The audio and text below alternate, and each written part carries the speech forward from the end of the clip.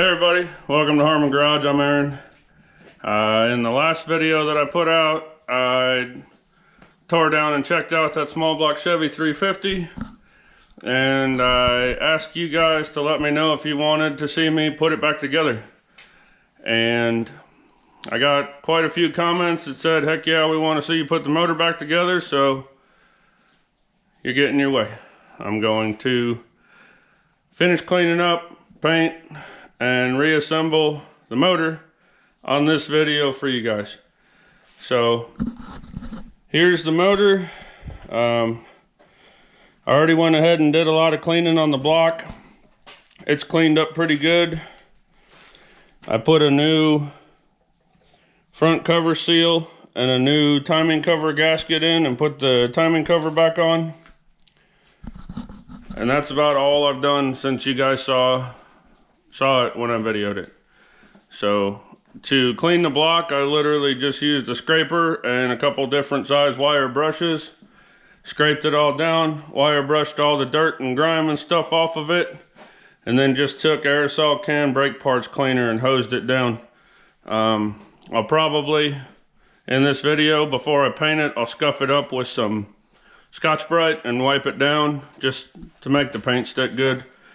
But since you guys wanted a video of it going back together, that pushed me to do it a little bit faster than I was planning on doing it, because I didn't really have a lot of parts to do it. I literally just bought this motor, or didn't even buy it. I got the motor Friday and today's Tuesday. So I had gotten the motor and hadn't even started collecting parts to put it together. So I pulled things together, ordered what I could get last night that would get here today.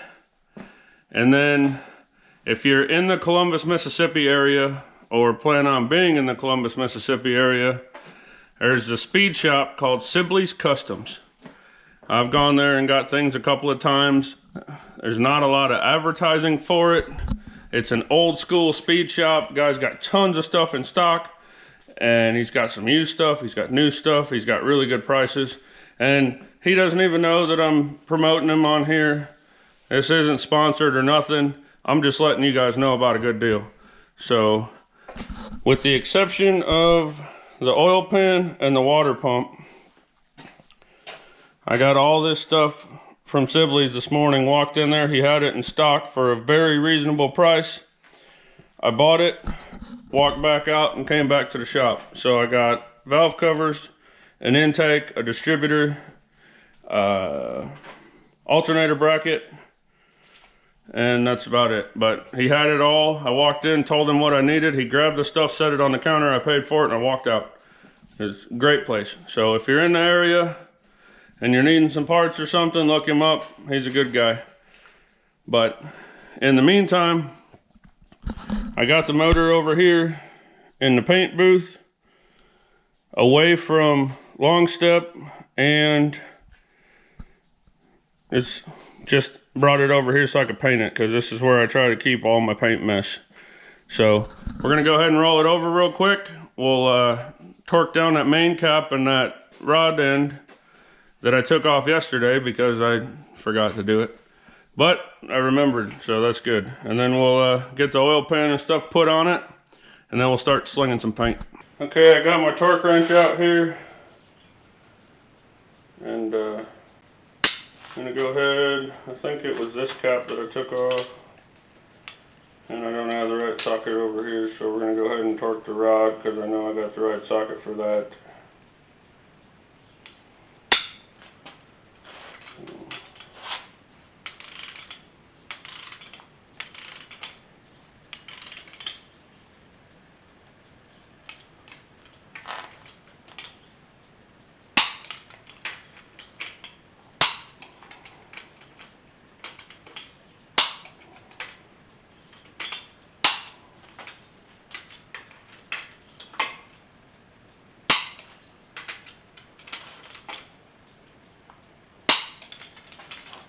Alright, I'm going to grab the socket and we'll torque that cap. The caps on these cap bolts torque to 40 foot-pounds, and the rods torque to 40 to 45.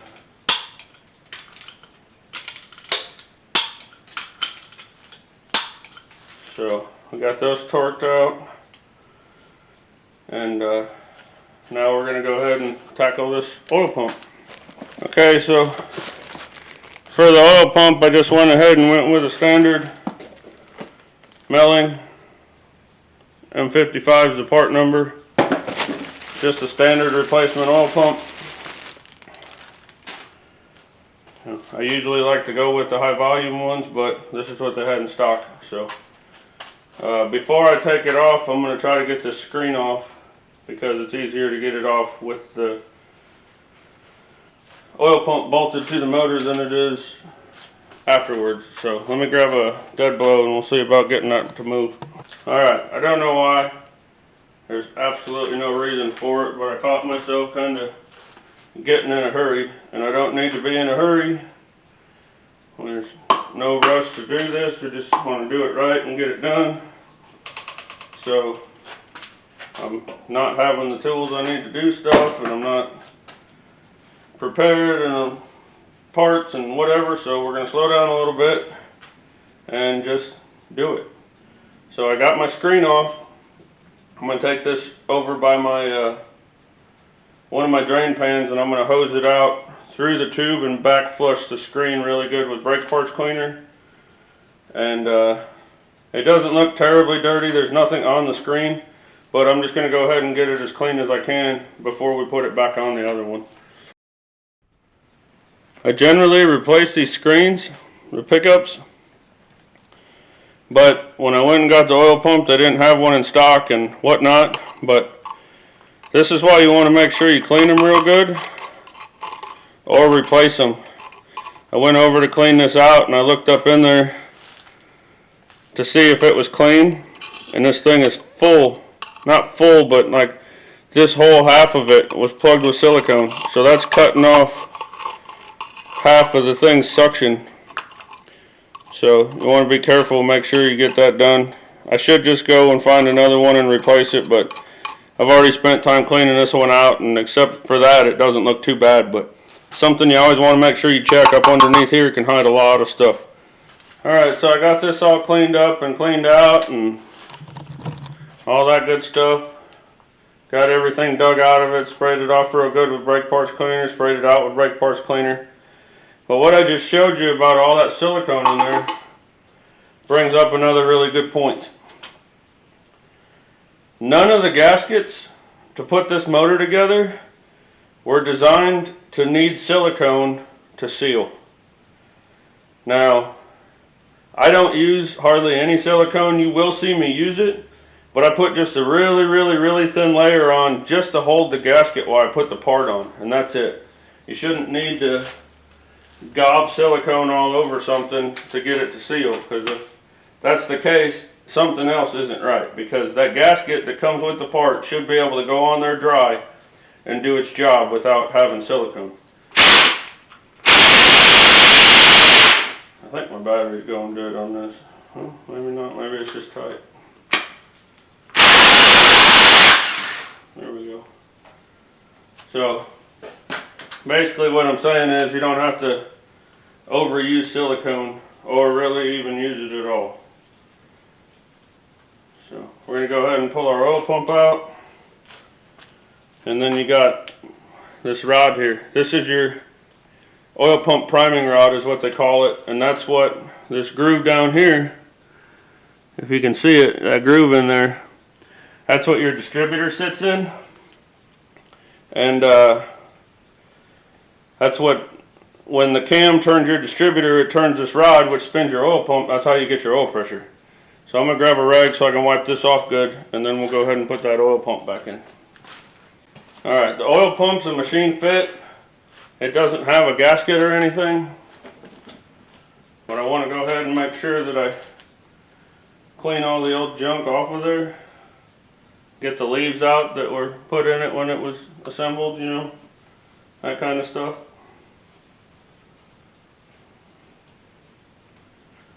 So we'll wipe that out and down, mating surface down real good. And then the oil pump comes with this little plastic deal, and that snaps on here and then snaps on here.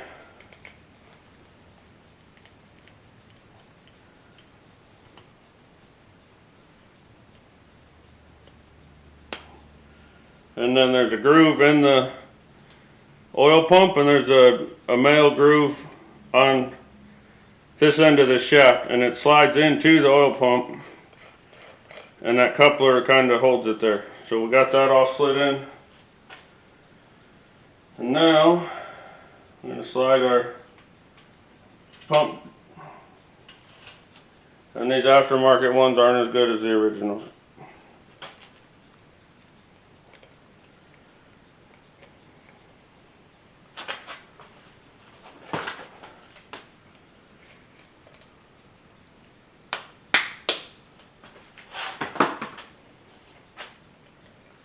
There we go. Now I got it locked in there tight, and I didn't break my plastic coupler. So, as I was saying, we'll slide our drive shaft back down in there, line our dowels on our pump up, get our bolt started. There's a torque spec on this too, but my torque spec is like 2 ugga-duggas, so that's about 2 ugga-duggas. That should be good. And then we're going to take our pickup screen, pound it back in.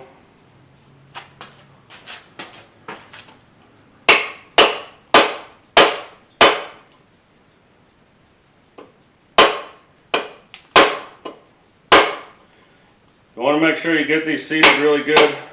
I usually take my welder and just burn a quick bead on there, because those pickup screens have a tendency to fall out. And if they fall out, then if your oil's not high enough in your pan to get to where this little tube goes in, then you're not getting any oil. You starve your motor of oil, and for lack of better terms, you blow your crap up.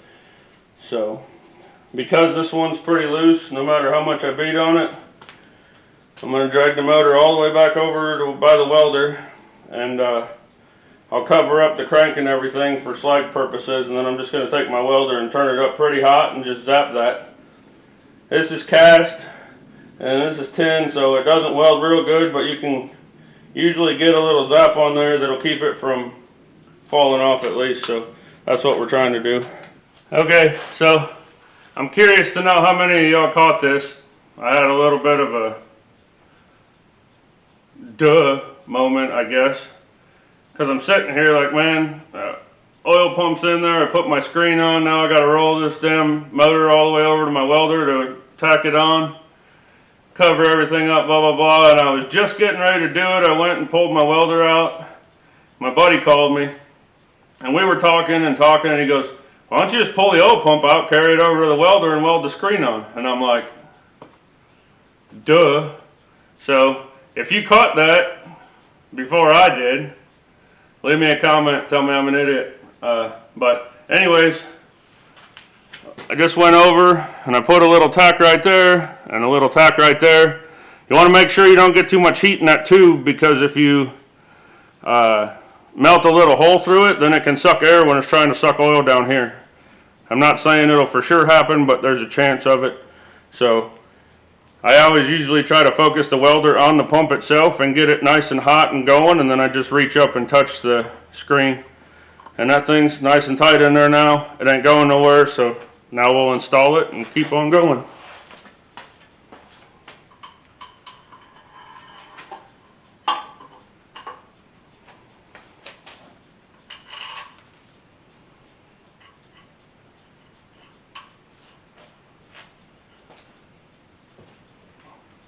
Once again, torque spec on this is 2 ugga-duggas. And take my extension out so I get accurate calibration. Alright, got that torque down.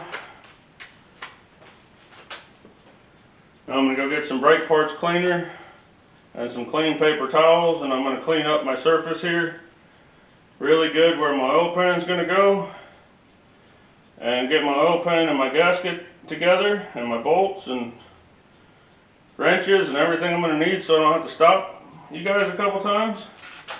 And then we're going to put the oil pan on this thing. Got a clean rag and some brake parts cleaner, and get my rag wet. And just wipe all the grime and whatnot off of the gasket mating surface here, all the way around. There's still a little silicone in this channel back here, which doesn't make any sense to me because the gasket pieces that they had in there were rubber, and I don't know why you would put silicone on rubber, but hey, they used a bunch of silicone on everything else, why not that too? I already cleaned the timing cover out good when I cleaned it, so let's get this all wiped down.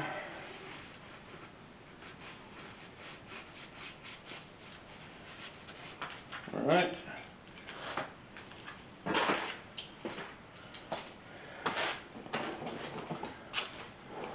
We got our oil pan gasket here.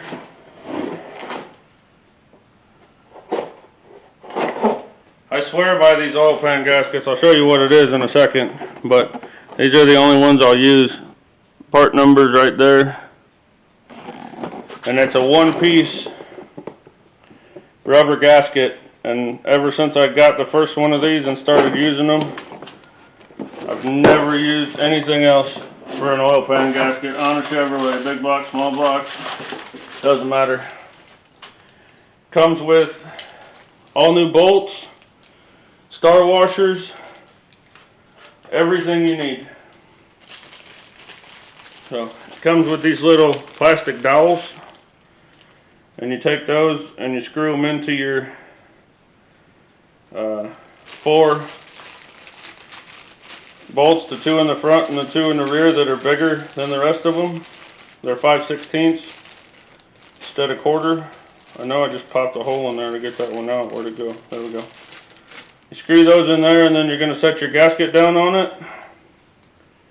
And then you set your oil pan down on it, and it holds your gasket in place until you get your pan on and get it started bolted. And then you just go back in and unscrew them. And they've even got a little flathead screwdriver notch in them, so if they end up getting tight, you can put a screwdriver in them and pull them back out. So real nice stuff. It's made by Felpro. Once again, just advertising it because I like it, helping you guys out a little if I can. I'll put that down over those, and they snap into place. Make sure we're sitting down in our front and rear good. Make sure our bolt holes are lining up. Oil dipstick tubes lined up.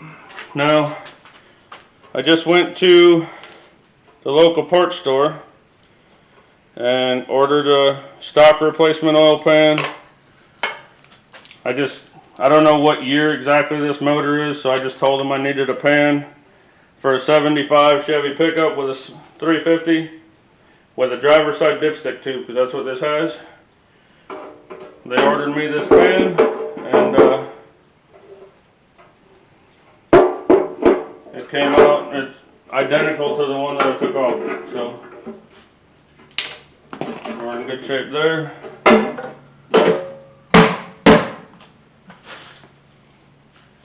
Got that all the way down. I just knocked down my socket I need. And once again, in the kit with the gasket comes with all new bolts, all new star washers,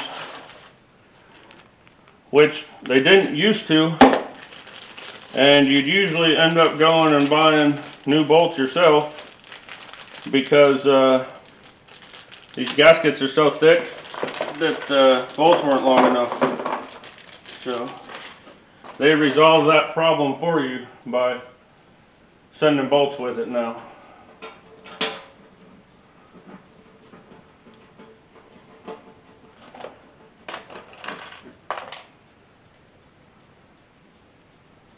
And go ahead and bolt this down.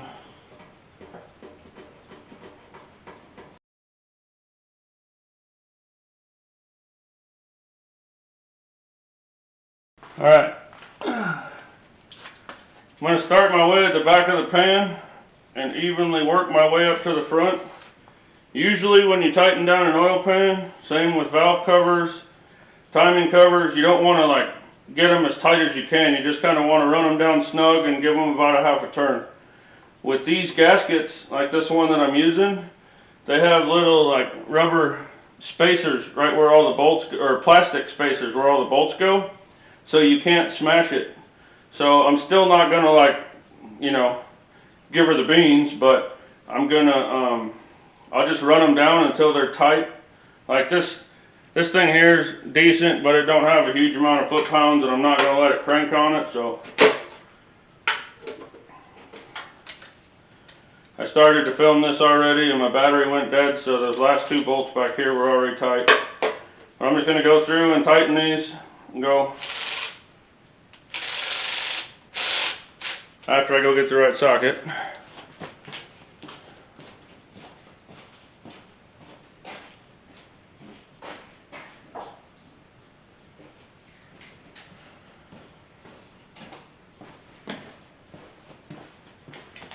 Okay, so I'm just going to go in a back and forth pattern. I'll tighten this one, tighten this one, tighten this one, tighten this one, all the way forward.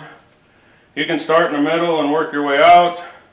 However you want to do it, you just want to make sure that you tighten it evenly.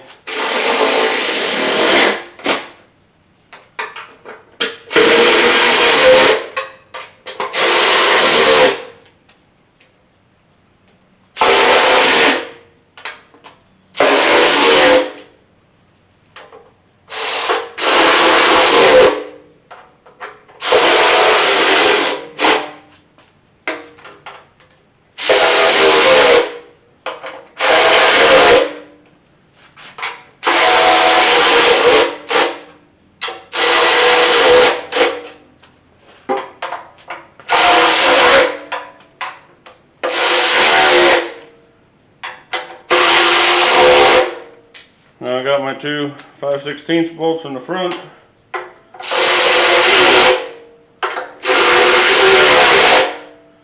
Bam, done. So next thing I'm going to do, since this paint or this oil pan is brand new and has a nice black paint job on it, I don't even think that's primer, I think it's actually painted black. I'm going to do the thing and take some Scotch-Brite and scuff it all up, because I don't want a black oil pan.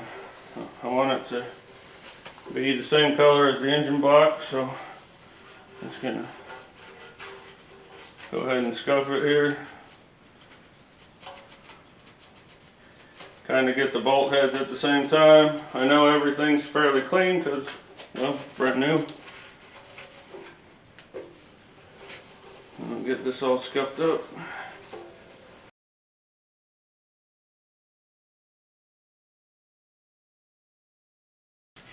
The block's pretty well already scuffed up from the wire brush. Timing cover's already scuffed up because I sanded it.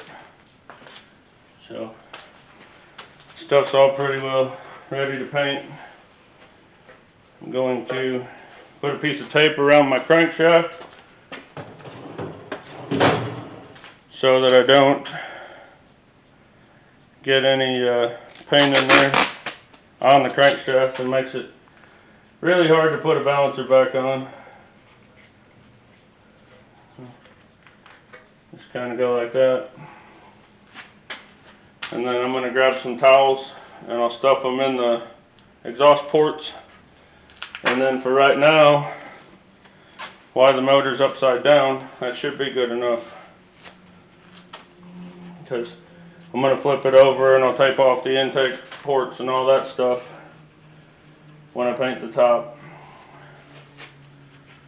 But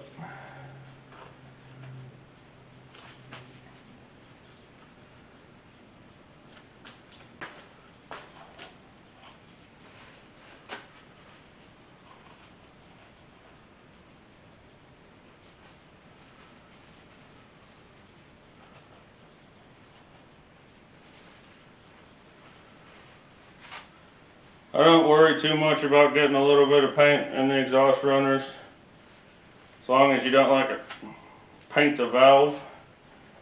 Not going to hurt anything, because the first time you fire it up and let it run for 30 seconds, it's going to burn it out anyways. So I'm going to get a little bit of my window cleaner here that I use for everything, for prep, and wipe all this down.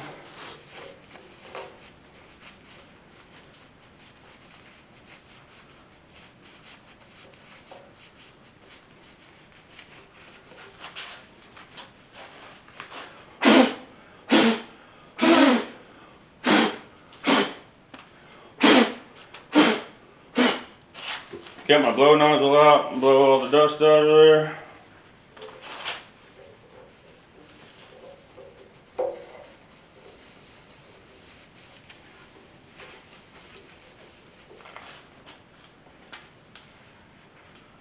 Alright, that's all nice and scuffed up and wiped down. Go ahead and do a little bit of wiping on all this that I cleaned yesterday, just in case I touched it with greasy fingers or something.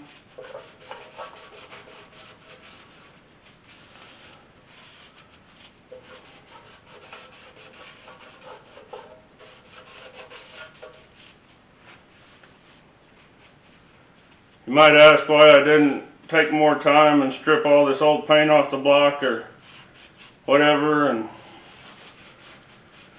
I've painted them like this many times, as long as you get them scuffed up really good and clean them good. So get all the oil and stuff off and make sure that the paint that's still on the block is sticking good. It covers good and looks good and turns out fine. So I wasn't going to tear it down and take it to get it hot tanked or anything like that. And you don't want to spend too much time busting crap off of it and worrying about getting it down in the motor and everything else. So just take the loose stuff off, get all the dirt and oil off. They end up looking just fine.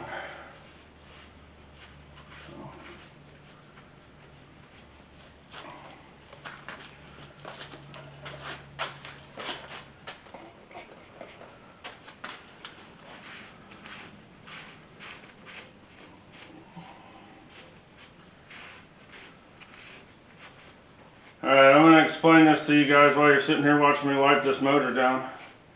I have a weird sequence of how I paint these motors, and it probably doesn't make sense to anybody but me. But I got this motor to this point, it's upside down, so I'm going to go ahead and paint the bottom and the side, paint the whole oil pan pretty much. And I'll paint the side of the block up to where the head mating surface is. And I'll paint the timing cover and a little bit of the front. Then I'll roll the motor over and I'll put my water pump on and my harmonic balancer on and stuff like that. And then I'll paint the whole front of the motor again, the timing cover, the water pump, all that, and the heads and stuff. The reason I do that is because if you bolt all that stuff on first, then you don't get paint behind the balancer and you don't get paint behind the water pump. So by doing it this way, I get paint on everything, and to me it looks better because I'm OCD, and I'll look down in the engine compartment and see the orange and the blue, which I can't stand. So I guess I already gave it away, but my favorite color for Chevy engines is DE 1609 corporate blue. So that's what color I'm going with. So start over here on this side because I wiped it down first, so I know all that glass cleaner is going to be dried away. And to start out, I'm just going to dust it. Like, you can't even hardly see that there's paint on this oil pan. I'm dusting it so light.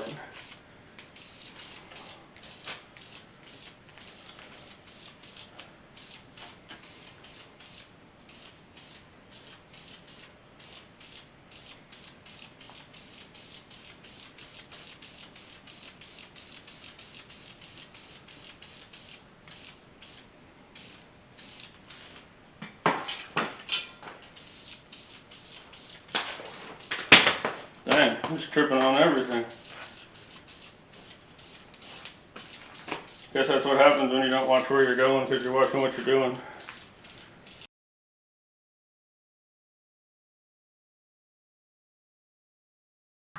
Alright, so I got the dusting on. Most of it.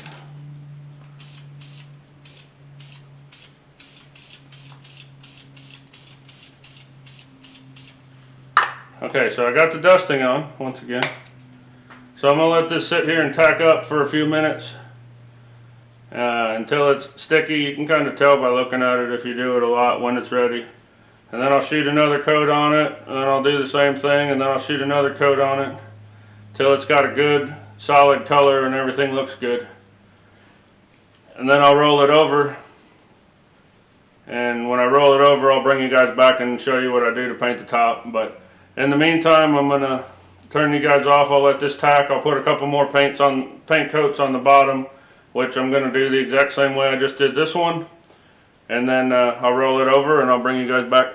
Alright, I got that dust coat you guys saw me do and 2 good coats on the bottom. So I rolled the motor over.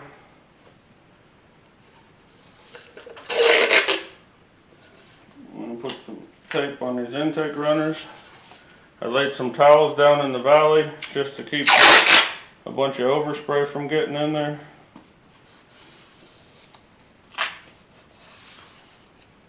I'm not really going to be spraying any paint up here anyway, so I shouldn't have to worry about it, but this is a precautionary thing.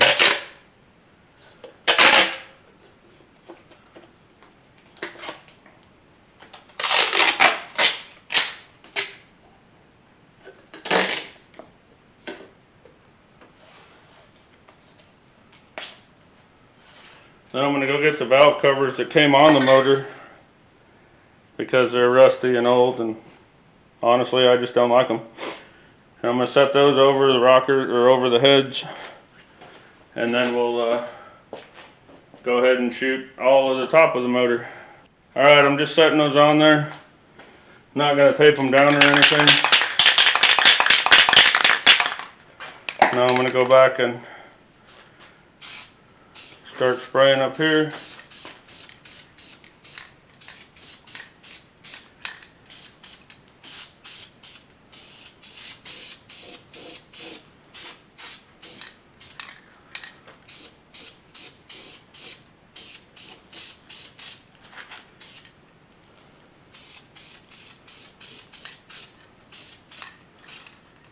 We'll get a good coat of paint on this, and then I'll do the same thing I did with the bottom. We'll put a couple coats on it. Alright, we got a good solid coat on there. I'm running out of paint in this can. Got a good solid coat on there. We'll let that kind of do the same thing we did with the bottom side and let it sit there and tack up a little bit, and then I'll shoot another coat on it. And that might be enough, but I got the bottom of the water pump and the back side of the harmonic balancer pulley painted, so we can go ahead and stick them on and paint them with the next coat, and that way it all kind of blends together.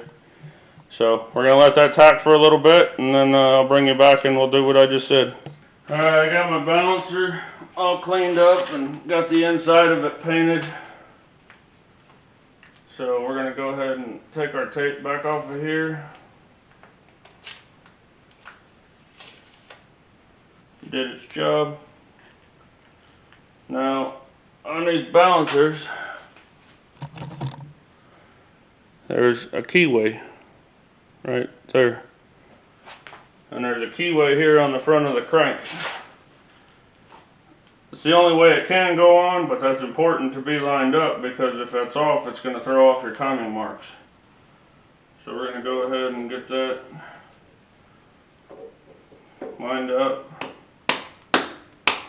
Get our keyway lined up, and then I've seen a lot of people do this a lot of different ways, and the thing that I see the most is people put the crank bolt in and then hammer the crank bolt down and try to suck this in. Well, sometimes it works, but a lot of times you don't get enough threads on that bolt in here before it starts pulling on this, and you'll pull the threads right out of the snout of the crank, and that's not good. And then you're in a bunch of crap you got to fix. So the easiest way I found to get them on is to take out your aggressions you don't want to take out on anybody else with a dead blow hammer. But you want to make sure you only hit it in the middle here, because there's a rubber dampener in here, and if you hit it out here, it'll move that, and then that'll screw everything up. You don't want to do that. So you want to hit it right here in the middle and just drive it on until it's all the way seated.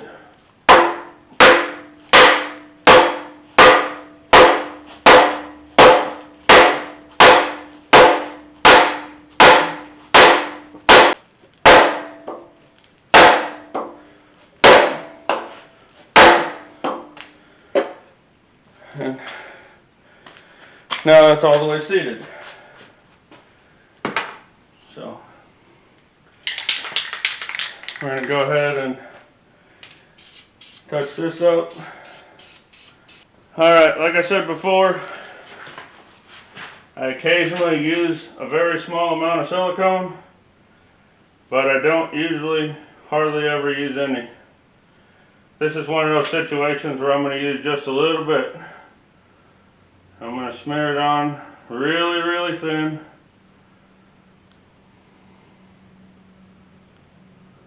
Enough that it's not going to squeeze out and go into that water jacket.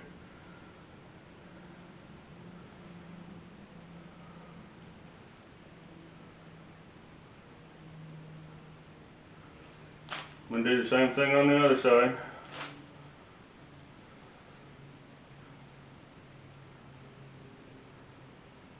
I'm not doing this to help that gasket seal. I'm strictly doing it to hold the gasket on there while I put the water pump on, and that's it.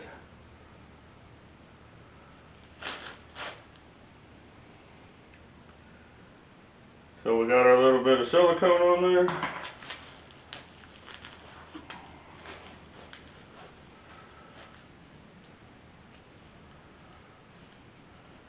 Now, when I get a water pump, usually comes with two gaskets that look like this. Well, you put this one over on this side, and it has this little tag hanging off the bottom, and I can't stand it. So I take a pair of scissors and cut the gasket so it only fits over where it needs to go. Like so. Put it on there. Push it into that silicone so it'll hold it.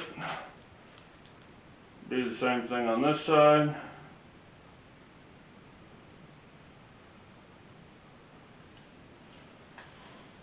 And then I already took my water pump and painted the back side and the bottom side, because you can't get to it once you get it on.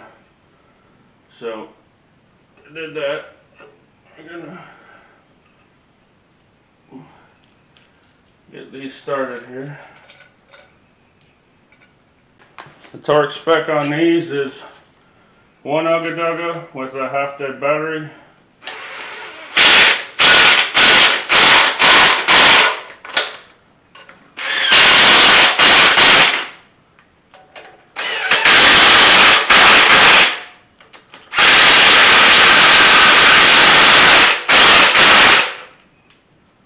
Alright, that's on. Now we're going to finish painting the water pump, and we'll put another coat around everything on the top, and then we'll let it sit and dry again. Paint's had some time to sit and dry, and next thing I'm going to do is put the intake on it. I clean these runners really good before I put the tape on, so they're all ready to go.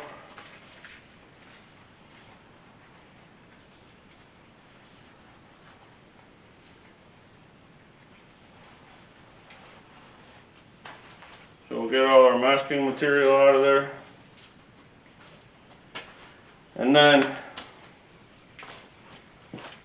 I told you guys over and over and over, don't use silicone, don't use silicone, don't use silicone. Well,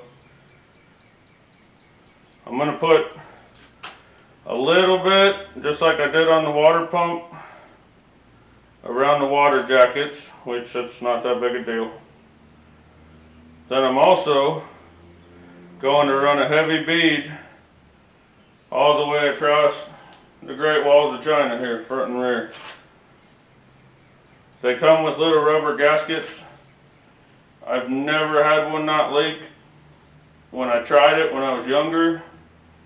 And I don't think I've ever met anybody else that does small block Chevy stuff that uses them. Everybody I know uses silicone around on those walls. So that's what we're going to do. I'm spreading this on here real quick because I want to let it have a little time to sit and set up. But only around the water jackets. You don't want to do it on your intake runners because you never want to put silicone somewhere fuel is going to be.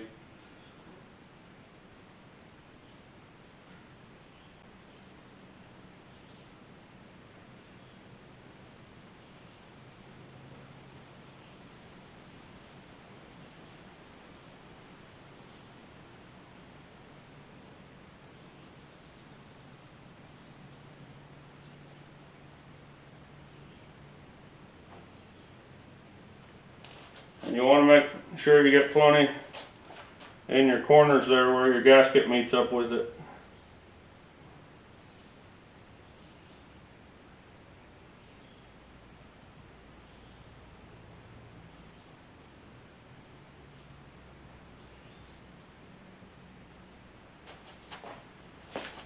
Let that sit for a minute. Okay, I'm just going to take my gaskets, set them in here. Stick them down to my silicone around my water jackets. Make sure my bolt holes are lined up.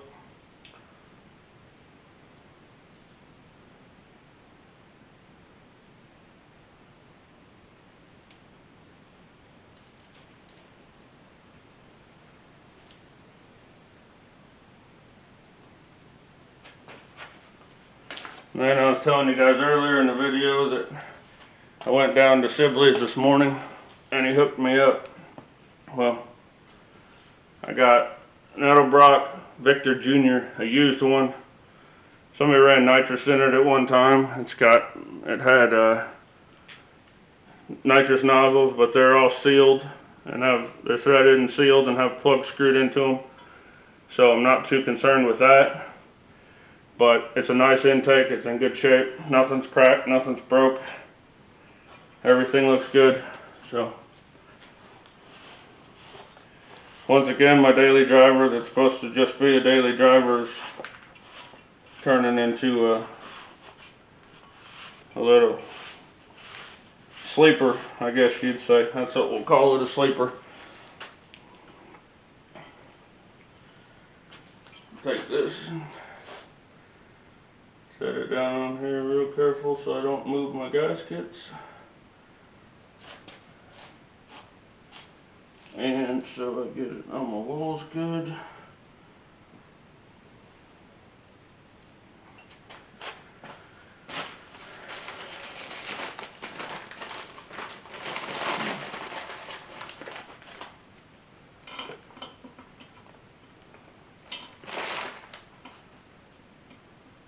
I'm going to go ahead and get all my bolts started in here and get this bolted down. Alright, I got all my intake bolts in and got them run down, but I didn't tighten them yet. So when I do my intakes, somebody told me this a long time ago, I don't know. They say that they can flex a little bit. So you want to start and tighten your bolts in the middle down. 1, 2, 3, 4, come out, do the next ones, go out and do the last ones so that it tightens down properly. So I'm just going to go ahead and tighten these up.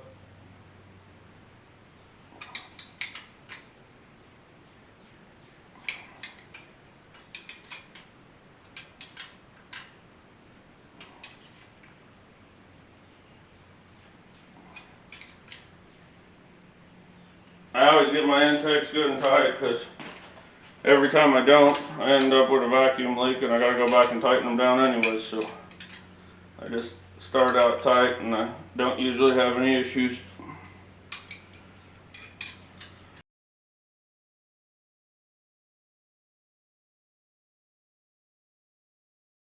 Got that all tightened down.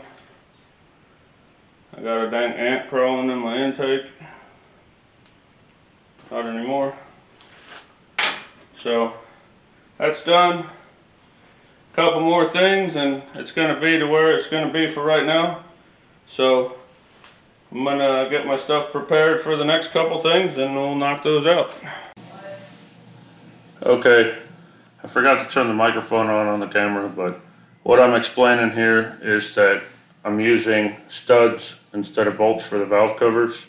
And the reason I'm doing that is because then you can set the valve cover gasket down on the studs and it holds the gasket in place, so you don't have to glue it to the valve cover or anything like that. You set it on there and it sits where you want it to, and it makes it a lot easier. So I prefer to use the studs instead of bolts for that reason. And I already put the studs in, and now I'm telling you that the cork, I like cork gaskets better than rubber, and the cork comes in a 5/32 stick or a 7/32 stick. I always use the thicker 7/32 because then you can smash them down a little bit more and there's a better chance that they're not going to leak.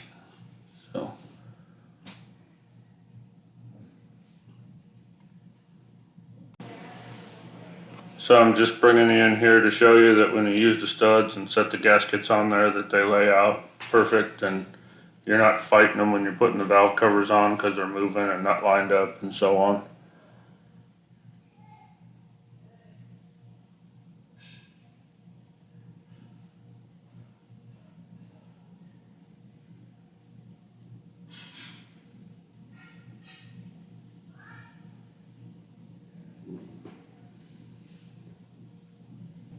I'm doing a little reveal here. These are the valve covers that I got this morning that I chose to use, and they're probably my favorite. I use them on everything. They're tall aluminum.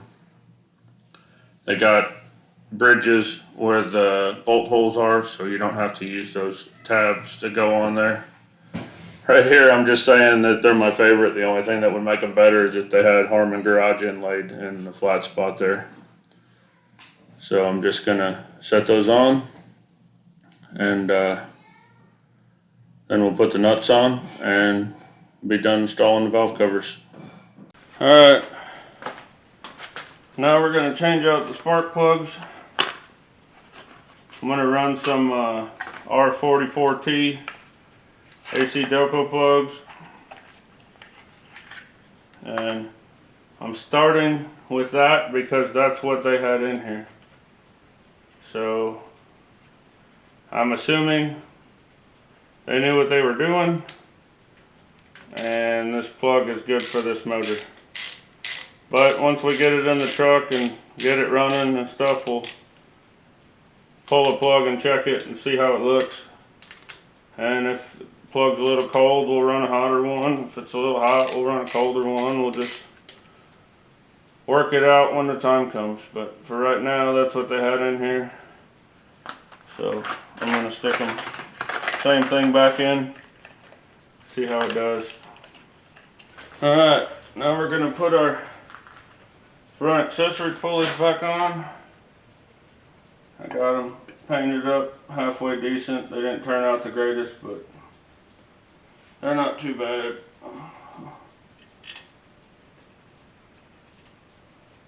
Get them put in here.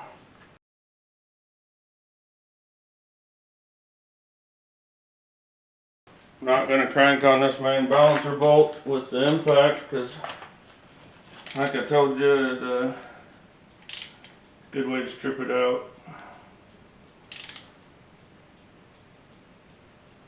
Get it nice and tight, but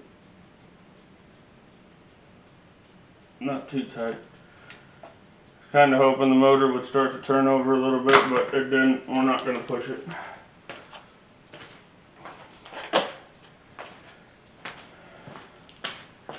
Got my water pump fully. We're not putting the fan back on because we're going to run electric fans. So I just got some 5/16 fine thread bolts to replace the studs that it normally has.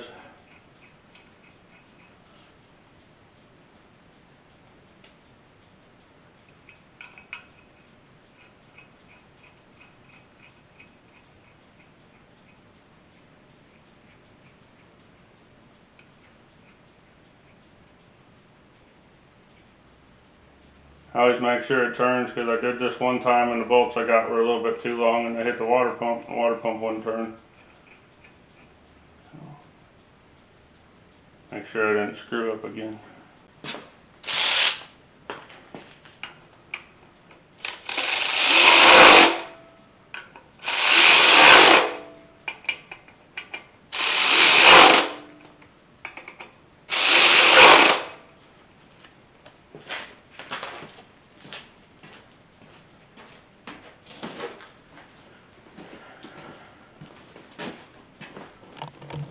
Alright, we got this ready to run. A salt distributor. Once again, he had it at the speed shop this morning for a very reasonable price. Just a standard. I shouldn't even say what it is because I haven't opened it yet, so I don't know. Yeah, alright. Just a standard billet. Ready to run, got the coil and cap and rotor and everything in it. And comes with the gasket and all that. So I don't have the motor on top dead center, and I'm gonna have to time it once I get it in the truck, so I'll just have to pull the distributor back up, which is not really a major concern to me. I'm just putting it in here now for looks more than anything. So if I can even get it to go all the way in, I'm just trying to get it to line up.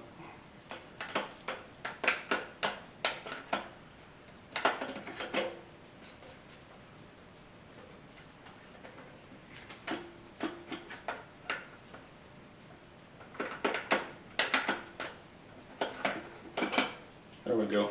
That's all the way down. Then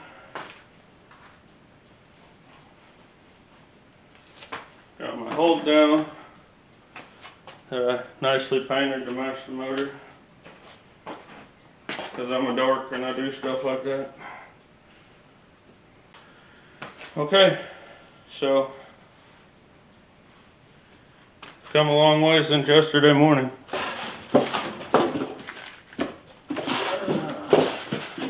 I've got a huge mess to clean up. Oh, wait a second. I almost forgot something. Alright. You guys asked for it, and I produced. Now, before I show you this motor all done, or close to done, for all you guys that are loyal to my channel and watch all my videos, or a lot of my videos, you'll know that I'm an Edelbrock carburetor guy through and through. I love Edelbrocks. I'm very good with Edelbrocks. I know how they work. I know how to make them work. So on and so forth. With that being said, when I turn around and show you this motor, make sure you're sitting down because it doesn't have an Edelbrock carburetor on it. Here it is, guys.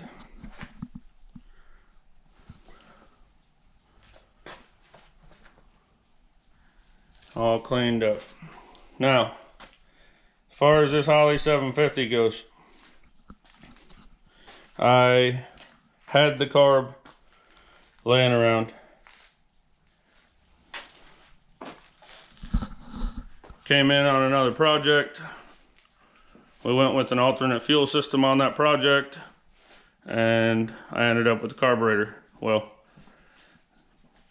this build wasn't supposed to happen like it did. I took a day to go run and get the motor, and I figured I'd film it, bring you guys along for the ride, because I'm trying to be more engaging in the whole YouTube deal. And so I took you along, and then I was like, well, man, I didn't film getting the motor, and I didn't film what I was doing when I went over there. And so I was like, I need something to finish this video out. So I'll go ahead and show you guys what I do when I get a motor that's used that I'm planning on running, and tearing it down and looking it over and finding out if there's anything wrong with it, so on and so forth. So that's what I did. And I made a comment about, if you want to see me put it back together, let me know and I'll film it. Well, I had more of an outreach than I thought I was going to of people that wanted to see the motor get reassembled.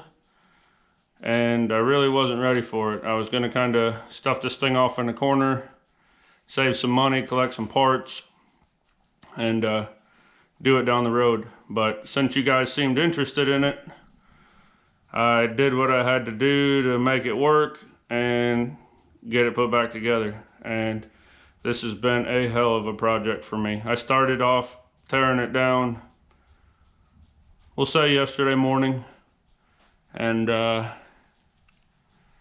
I decided I was going to put it back together today, and I spent all morning sourcing parts, chasing parts, getting everything I needed, and then the rest of the day putting it back together. My shop is destroyed, big old mess, which part of it, it's fine, I'll clean it up, but it ended up being an ordeal. But anyways, back to that carburetor. I had it laying around, so I set it on there. I'm always up for learning new things. I say I like carburetors. I don't know Hollies. I really don't. I've ran them before on some race cars, but I had people that helped me out with the tuning of them and stuff like that. I never really did it on my own. So since I have it laying around, and I say I'm a carburetor guy, I can't just throw a Quadrajet or an Edelbrock on everything and say I'm a carburetor guy. If I'm a carburetor guy, I've got to learn Hollies. So what better way to learn a Holly than by using one I already have and putting it on a motor that's going into one of my vehicles. So that Holly is pretty much out of the box. It has very little runtime on it, so I don't think I should have to do anything to it to get this motor to fire up. Once we get it in the truck and get it fired up, then I can start learning. I mean, find out what kind of fuel it wants, and you know, just all the things you need to do. I might have to rejet it. I'm gonna have to figure out how to tune it for the application, all that kind of stuff. So that's gonna be fun for me. I like to learn new stuff, and I want to do it. And if I can't figure it out, I'll save up some money and I'll get an Edelbrock and I'll drop it on there, and the truck will run good. Now, with that being said, because I just went through and did this to video it, unless you see it in the background to other videos, you're probably not going to see this motor for a little while, for multiple reasons. First reason, I've got customer stuff I need to work on, which I'll film. We'll make videos about it all. This old girl right here is about to get started in the next day or two, and this one, we're gonna fit it in with this one and this one, this one. We're gonna fit them in. We're gonna do some work on them, and I'm gonna try to keep making progress on rumrunner at the same time. Maybe I'll just say, okay, one day a week I'm gonna work on rumrunner, and then one day a week I'll work on rumrunner when I can. So it's not gonna be like next video we're putting the motor in the truck, but it should be fairly soon. I mean, it's not gonna be 6 months from now, but it might not be 6 days from now. So with that being said, there's a lot of work I have to do to rumrunner to put the motor and trans in it. So first off, I need to clean it.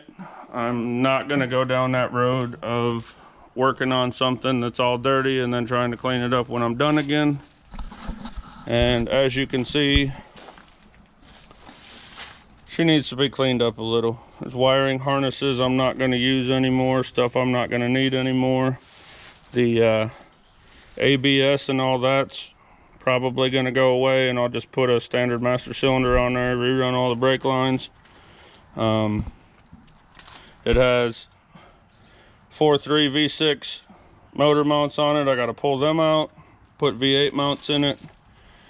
I'm probably going to pull this fender off, pull both inner fenders out, take the core support off, clean everything, paint everything, make it all nice like I do, set the motor and trans in, and then we'll start reassembling the front end. But I need to get all that done before we get to a point of setting the motor in there. And I have to collect parts, because I just decided like a week ago that I was going to do a carburetor V8 in that truck, and I called my buddy and he goes, yeah, I got one. And I said, okay, I'm gonna come get it. And I went and got it, and everything snowballed, and now the motor's ready to go in the truck, but I'm not ready to put the motor in the truck, and the truck's not ready for the motor. So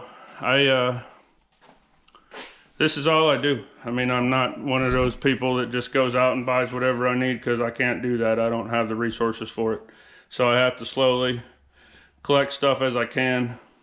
But I've got the motor, I've got the trans, I've got the truck, so we're making good progress. I can pick up some motor mounts and stuff like that, and we'll get it in, get it fired up. As far as that truck being done, it's probably gonna take a little while, but hang in there with me, keep watching the videos. I'll get it all done, and we'll have fun while we're doing it. But that's gonna do it for this video. Leave me a comment, let me know what you think about the motor. I'm real happy with it. Hit the little like button, subscribe if you're not, share if you are. Y'all have a good one, and we'll see you next time.